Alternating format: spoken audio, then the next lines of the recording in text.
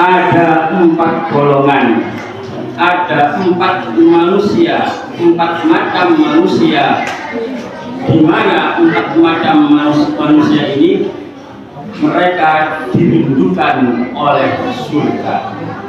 Jadi surga ngefans sama 4 macam orang, kata Nabi. Kalau kita mungkin ada orang yang ngefans kepada kita kan senang ya. Kalau nggak senang berarti ya perlu diperiksa. Nah, ini kata Nabi ada 4 golongan, ada 4 macam orang yang dirindukan oleh surga.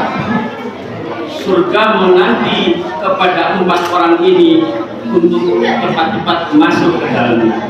Siapa saja yang dirindukan oleh surga itu? Yang pertama adalah talil Quran, orang yang senantiasa membiasakan membaca Al-Quran, orang yang senang membaca Al-Quran. Nah, ini orang jenis orang yang selalu dirindukan oleh surga.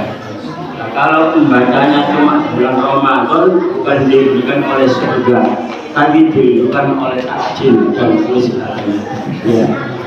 Jadi kalau bisa kita itu kontinu, tiap hari kita usahakan untuk selalu bisa membaca Al-Quran. Kalau 1 juz tidak mampu, ya 1 halaman, 2 halaman, pokoknya usahakan istiqomah. Insya Allah dengan membaca Al-Quran hidup kita di dunia dan akhirat akan berkah dan kita akan dirindukan oleh surga. Amin. Al-Quran, orang yang senang membaca Al-Quran. Nah, yang kedua, orang yang dirindukan oleh surga yang kedua yaitu hafizul lisan, orang yang menjaga lisannya dari perbuatan yang tidak menyenangkan, suka mengolok-olok orang, suka menggunjing dan lain sebagainya. Itu kan perbuatan yang jelek. Kalau kita mampu menjaga lisan kita selama di dunia, insya Allah kita akan menjadi orang yang dirindukan, menjadi orang yang sangat dicintai oleh surga, hingga surga siap menanti kita. Itu yang kedua, hafizul lisan. Yang ketiga, golongan orang yang dirindukan oleh surga yaitu wa mu'minil ji'an, orang yang memberi makan orang lapar. Ini momen Ramadan, bukan semuanya kan lapar puasa. Orang yang memberi makan orang yang lapar itu pahalanya sangat besar sekali, apalagi di bulan Ramadan. Nah, orang yang selalu perbuatannya itu memberi makan orang yang lapar, kata Nabi, inilah orang yang dirindukan oleh surga. Surga ngefans sama orang yang selalu memberi orang yang lapar, memberi makan orang yang lapar. Ini yang ketiga. Terus yang terakhir, saya singkat saja. Yang terakhir, siapa golongan manusia yang dirindukan oleh surga? Yaitu washaimi fi syahri Ramadan, orang-orang yang selalu berpuasa di bulan Ramadan. Nah, semoga saja kita semua yang hadir pada malam ini termasuk golongan orang-orang yang berpuasa Ramadan kuat 1 bulan, dan semoga kita semua dirindukan oleh surga di akhirat nanti. Amin. Amin ya rabbal alamin. Amin.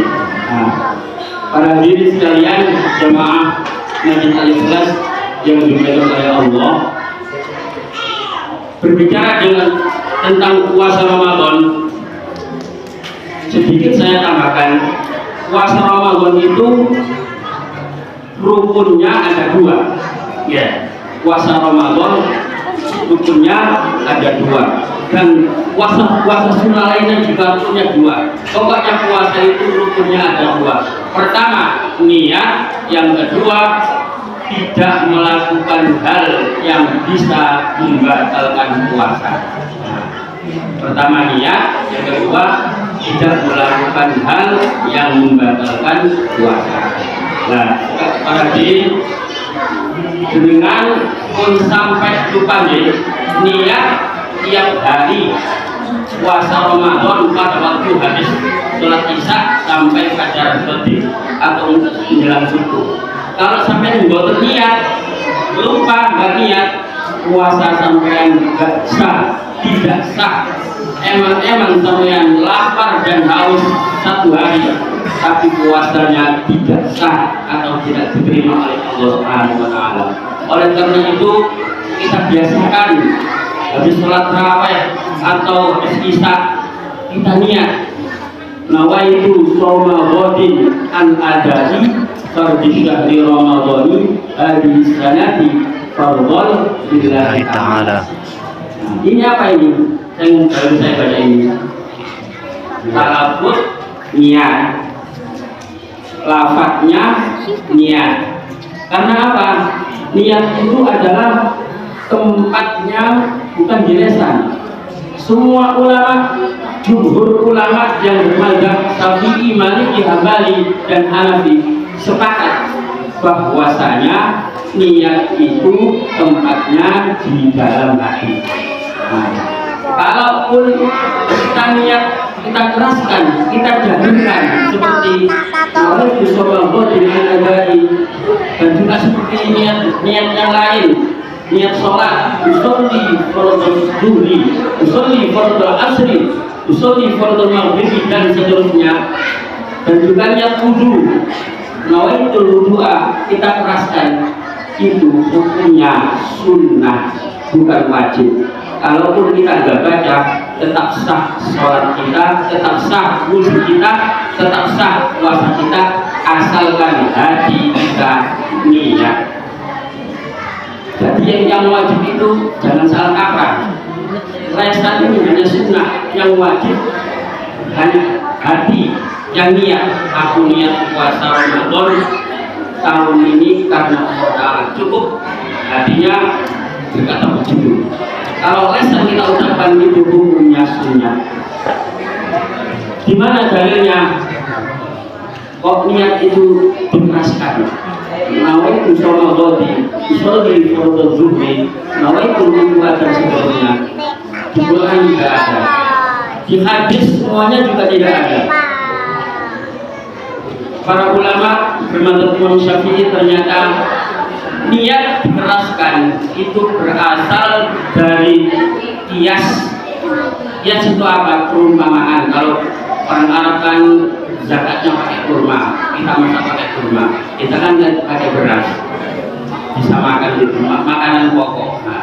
Nah, niat kalau yang dikeraskan itu kiasnya Nabi kita Muhammad Sallallahu Alaihi Wasallam, karena niat dengan suara keras pada waktu beliau akan menunaikan ibadah haji dan umrah. Labbaik Allahumma umratan wa hajjan. Dan kemudian sahabat Anas mendengar bahwasanya Nabi niat haji, Nabi niat umrah dengan suara keras. Dari situ para ulama pengikut Imam Syafi'i mengambil kesimpulan bahwasanya semua niat ibadah kalau dikeraskan itu hukumnya sunnah. Tapi yang wajib itu hatinya yang niat, bukan lesannya. Kalau kita mungkin sholat, nanti kalau saya habis sholat saya mau pergi beli akal, nah, itu kan niat dalam hati. Nah, puasa juga gitu, harusnya dalam hati. Saya niat puasa Ramadan tahun ini karena Allah. Sholat juga gitu, Allah, hatinya niat. Saya niat sholat isya berjamaah menjadi makmum karena Allah Ta'ala dan seterusnya. Nah, itu niatnya. Jadi semua mazhab itu jumhur ulama sepakat bahwasanya niat itu letaknya di dalam hati. Kalaupun kita keraskan itu hukumnya sunnah, nggak pakai musolli apa, pakai musolli hukumnya sunnah, kita dapat pahala.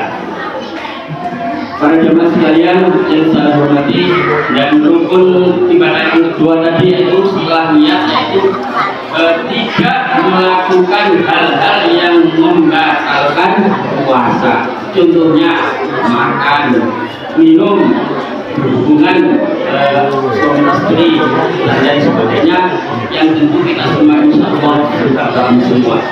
Kemudian terkadang saya kita panjang-panjang semoga kurang lebih apabila ada kesalahan mohon maaf yang sebesar-besarnya.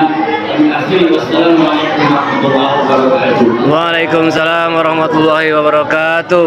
صلوا سنة رحي ركعتين جامعة رحمكم الله. As-salatu la ilaha illallah.